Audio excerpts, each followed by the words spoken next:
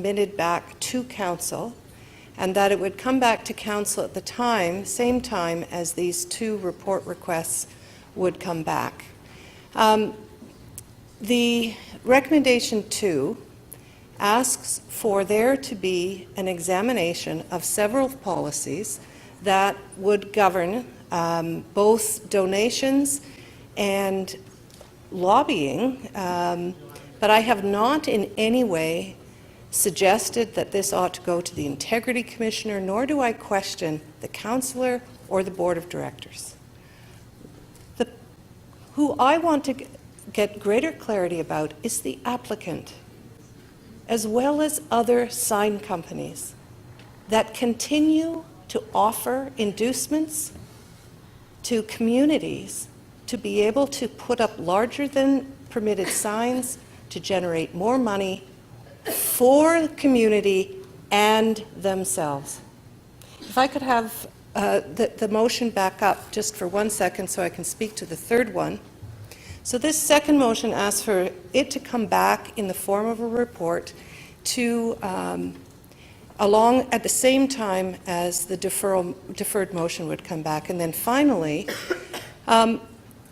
it asks for the report that the city manager is already preparing, or the CFO is already preparing, on Leaside Memorial Gardens to come back at the same time.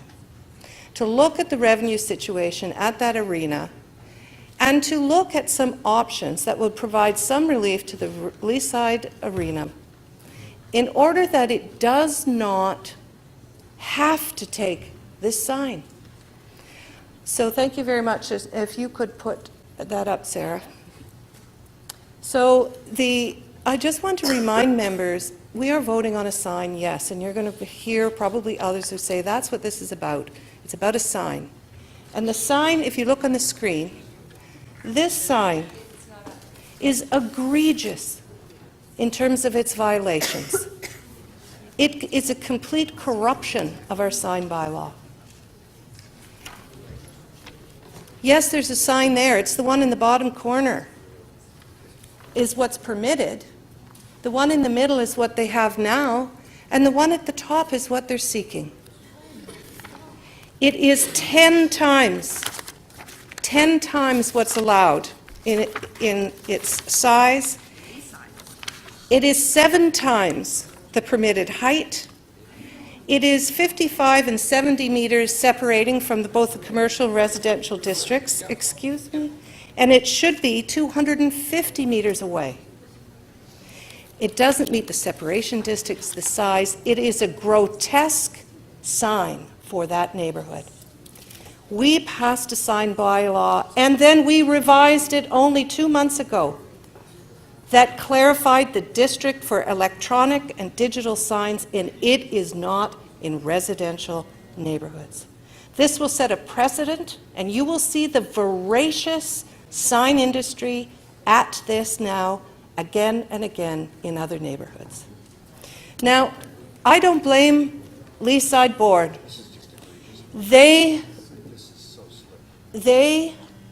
have a huge challenge paying off a debt. Isn't this ironic that here we are, a city agency that is running a city property and facility is going to seek to violate our own city bylaw, and we are going to consider allowing them to do that. And why? Why are they doing it in the first place? And why are we considering doing it now as a council to endorse it? Because they're desperate for money. The model that was set up for Leaside to pay back that loan to operate that recreational facility does not work. And I know that Councillor Burnside will say they're paying back, but they had a deficit last year, and they still have a significant loan outstanding. Let's look at what they may need, and let's not waive our sign bylaw. Okay, but let's consider waiving the financial burden on the Leaside Board for that arena. That is the proper thing to do. Thank you. Councillor Perks to speak. Thank you very much, Speaker. I'm I rise to support Councillor Davis's motion and encourage you not to support either Councillor Grimes or Councillor Karygiannis. It is only months since we approved the policy, and what we have here are not variances on it. A variance would be, you know, maybe it's a few feet too high because of the geography of the site, or maybe you know, the residential area is an extra foot or two away. Something like that would be appropriate for us to consider. What we're considering is erasing completely the principles behind the sign bylaw. These are so far out of whack, these signs, that staff went to considerable trouble to explain to us how bad they were. It's not typical that they would give us a before, during, and after presentation. That's going an extra mile to say just how bad these signs are. That's the first thing that we should bear in mind. The second thing that we should bear in mind is that we have a policy that you cannot simultaneously make an application for some kind of variance, be it the sign bylaw or some other benefit that you're asking the city from, and at the same time offer a city board, agency, or this corporation itself some benefit. We just don't allow that kind of horse trading, and that's for good reasons. Now, you heard staff say that we don't define in the policy that governs the donations, we don't define donation carefully. It is defined in some other policies that we have, so that we're always in clear footing and we know what's going on, but for this particular kind of activity, it's not defined. And yet, we did hear at committee, I know I was there, we heard the applicant for the Leaside sign and the chair of the arena board both say what a great guy the sign guy was being, because he was going to offer a little bit more rent than he normally did and make a little bit less money than he normally makes, because he believes in this great public institution. In other words, he explicitly said to the members of the committee, I'm offering a benefit here so I can get around a city policy. That's what that means. And that's against our rules. And we have those rules so that we maintain a clear relationship with the public, where they know we're not selling out the policies and procedures that we pass here, the bylaws we approve, in exchange for some kind of benefit to somebody. If we want to maintain trust with the people we represent, we have to make sure that when there's a gray area, we go clean it up. And that's what Councillor Davis's motion does. The other thing to bear in mind is I, like Councillor Burnside, think that arena is a great thing. It's a wonderful thing, and we should do what we can to keep it operating. And if that means perhaps we look at changing the financial arrangement with them so they remain viable, that's good public policy making. That's saying there's a great benefit to the community in having this arena. We as a government recognize they're not covering their costs, and we as a government will support them. That's good public policy. What is not good public policy is blurring the lines about whether you can get around a city bylaw by offering a corporation or agency of this city a little bit extra cash. We have to be real clear with the public. We would never do that. So, Councillor Davis' motion does not say never put any sign there, doesn't say don't allow them to make amendments to the sign. What it says is get this policy clear, and when we get the policy clear, if it puts us in a position where we can't accept this deal, then maybe we need to look at providing better public funding for this very good institution in the city. Thank you. Thank you. Councillor Wong Tam to speak. Yes, thank you very much, Madam Speaker. I'm going to rise to just provide some learnings that I've earned in my very short time on the Planning Growth Committee. This is not the committee that I sat on the last term, but it is the one this term. And interestingly enough, the issues around sign and the sign bylaw seems to bring out the most vested and interested parties of any form of deputation.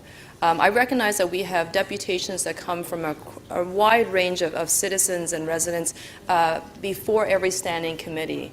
But it's actually the sign industry in particular that just comes out with a little bit more enthusiasm and I would say in some ways aggression to ensuring that what they want, they get. And so the things that I've learned at this committee is that who sits on the committee really makes a difference.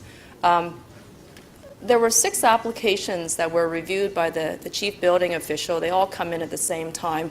And these sign applications cannot be reviewed as variances because they're completely prohibited. They're just not seen as acceptable, which is why it's going through the bylaw. And out of those 6 sign applications that were asked for amendments so that they could be permitted, so they would be legalized, only one of them was granted after careful review by our professional staff. And that was recommendation number 6, which is 40 Bay Street. It sits on top of the ACC. All the requests that the 40 Bay Street, the ownership of 40 Bay Street asked for was agreed to. It was reasonable. The staff went through the same vetting process, the same qualifications before they came out with a recommendation that would be approved, and they set forth a recommendation for committee to consider, and the committee adopted it. But 1073 Millwood, staff said, don't approve it. 64 Ford House, staff said, don't approve it. 2 Strawn, do not approve it. 10 Concord, do not approve it. 3442 Yonge Street, do not approve it. And they use the same criteria and the same lens of evaluation for 40 Bay Street, which they approved, as opposed to the other 5 applications. So they use the exact same criteria to come out with various answers applied to the application. At the committee, all sorts of things are going back and forth, including 64 Ford House, 2 Strawn, 10 Concord. The committee, under the leadership of Councillor Shiner, who's not here, I really regret that he's not here, because I think he'd be very disappointed to see what motions have come forth. Because those 3 applications, the committee agreed to refuse. So we supported the staff recommendations to refuse. 1073 Millwood, which is the Leaside Arena, which we've spent a lot of time talking about, it was amended, and which is why it's before you to approve now. But it was not amended without considerable debate. And I would say that it barely squeaked by the Planning Growth Committee, largely because it seemed to generate the most friction in terms of what do we do with this sign application. And I actually think Councillor Davis has actually come up with a pretty smart set of recommendations on how to reconcile what seems to be confusion between what Councillor Burnside wants to do to support his community. At the same time, the integrity of the sign bylaw should remain fully intact. We shouldn't breach our own values and the principles that guide the sign bylaw simply because we have an arena that is running an operation deficit. That is not the reason to actually breach our own bylaws. So I think that Councillor Davis's motion is actually pretty smart. Don't make a decision today. Let's go get more information and have it all come back and then evaluate, which I actually support. I have to admit, I did not support the complete reversal at committee, but I actually think that this gives us a way forward, so it actually makes more sense, and it keeps this council whole and with a lot more integrity. And with respect to 344 2 Yonge Street... Thank you, Councillor Wong Tam. Thank you. Thank you.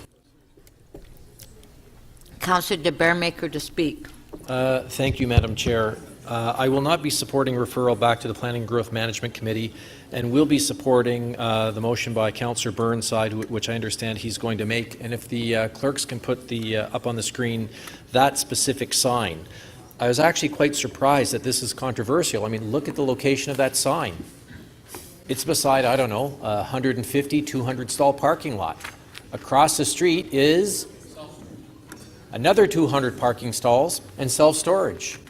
There are some railway tracks. So, you know, you're going to have to look pretty hard to find actual human beings living in that photograph. So